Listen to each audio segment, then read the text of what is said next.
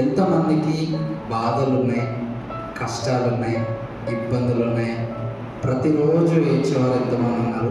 ప్రతిరోజు దుఃఖిస్తున్న వారు ఉన్నారేమో, లేకపోతే ప్రతిరోజు ఒక ఇబ్బంది, లేకపోతే ఏదో నష్టం, ఏదో కష్టం, ఏదో తెలియని ఆందోళన ఒకవేళ మీ మనసులో ఉందేమో.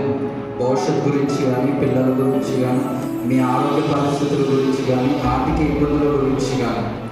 సో ఈ పరిస్థితుల్లో ఉన్న మీ అందరికీ నేను చెప్తున్నది ఏంటి అంటే, ఎక్కడ గుడ్ ఫ్రైడే ఉందో అక్కడ ఈస్టర్ సండే కూడా ఉంటుంది, రిజర్వేషన్ సండే కూడా ఉంటుంది. హల్లెలూయా, హల్లెలూయా. సో ఎంతమంది ఇబ్బంది పడుతున్నారో ప్రతి కన్నిటిని తీసివేసి నాట్యంగా మార్చే దేవుడు మన దేవుడు. హల్లెలూయా.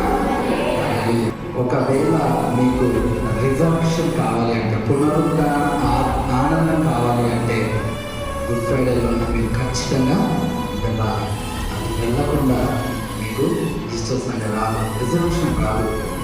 ఒకవేళ మీకు సక్సెస్ కావాలి అనుకుంటే బాధలు అనుభవించాలి, కష్టాలు అనుభవించాలి, దాని నుండి వెళ్ళాలి. ఒక ఇల్లు కట్టబడాలంటే పునాది వేయబడాలి, బేస్మెంట్, పిల్లర్స్, స్లాబ్ ఇవన్నీ ఉంటాయి.